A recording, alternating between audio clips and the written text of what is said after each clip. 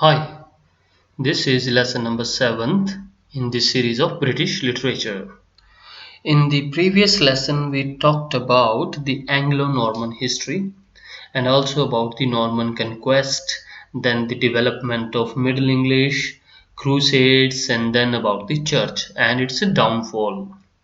And now, going further, now we talk about the birth of universities and schools. We know that the people of England they brought some classical text from the Middle East countries after the Crusades.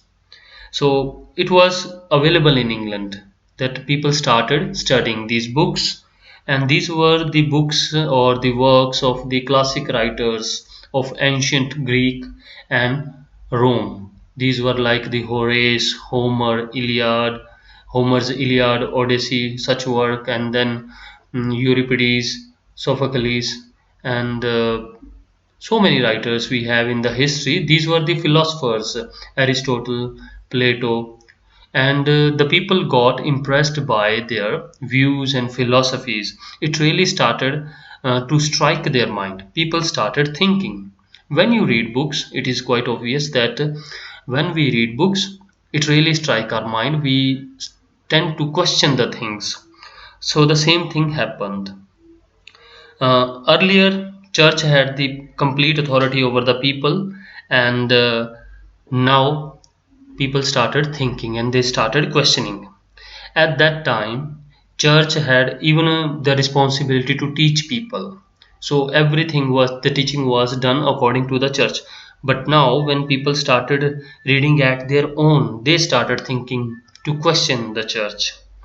And further schools and universities started opening, and the main thing was taught there, that was the classical text, their knowledge, their methods, their philosophies, and especially the ideas to debate and reason. And these were the principles or the ideals of the classical writers. And even it was seen that the church had such authority that whatever the church said, it has to be accepted by everyone. Even the king was forced to accept that. So church's call was even above the law.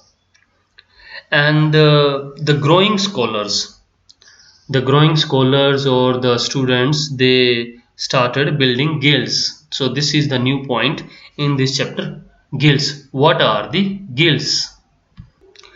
Guild, it is an association of people of a similar quality, interest, knowledge, like we see the unions.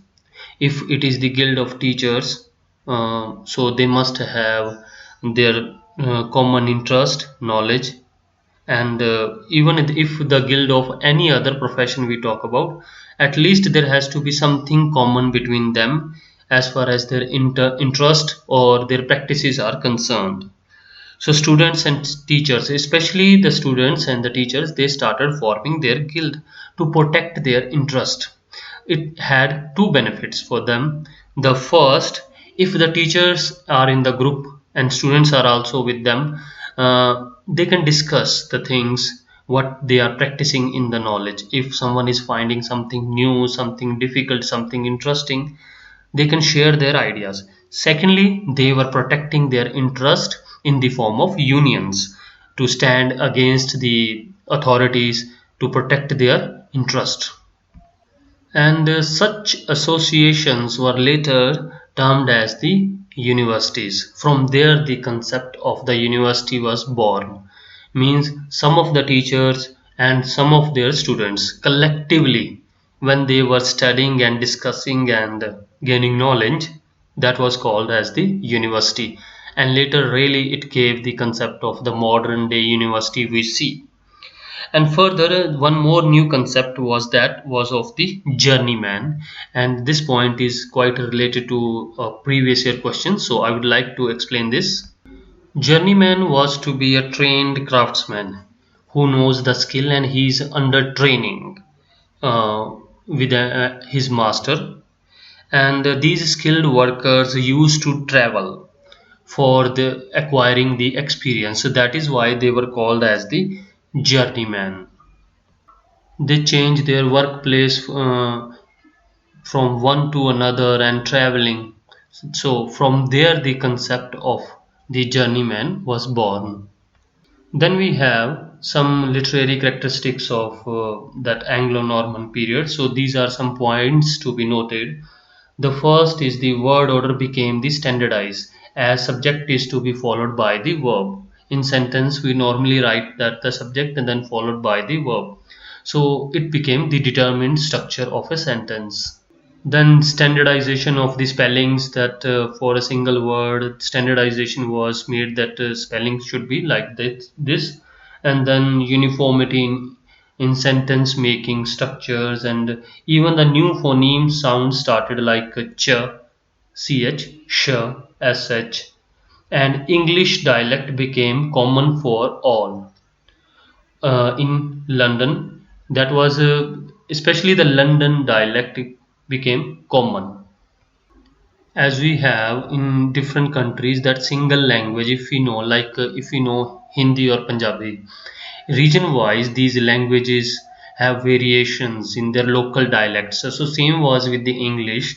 All over England the English had different their accents, but the accent that was prevailing in London, that became the standardized and was accepted everywhere. So we can say the London dialect, or the dialect that was prevailing in London, became the standardized one. Then we have three cycles in writing, because uh, if people are studying, then became writing became the prominent profession. People started writing as well. So there were three major cycles. The first was the matter of Britain, means the three sections, we can say the three fields the people chose to write. First was that of the Britain, means the matter of Britain. So people took matter from the Britain's history and started writing about it. And the most important content used to be the legendary King Arthur. King Arthur was the main content among them. They started writing on it. Then the next is the matter of France, because we know that in Middle English, England, there are words included from French language, and even the French upper class was there. So what it became made prominent, that the matter of France was included, means the history of France. Or there was a famous king Charlemagne, and he was a ruler in France in 7th century or so. So matter related to his history or his life became quite famous. So in matter of Britain we have legendary King Arthur, and in matter of France we have Charlemagne, and the third was of the matter of Rome. This was also quite important. And from Rome we have the great figures like Alexander the Great and Trojan War, prominently Trojan War. So matter of Rome includes so many other historic figures as well, like Julius Caesar and others.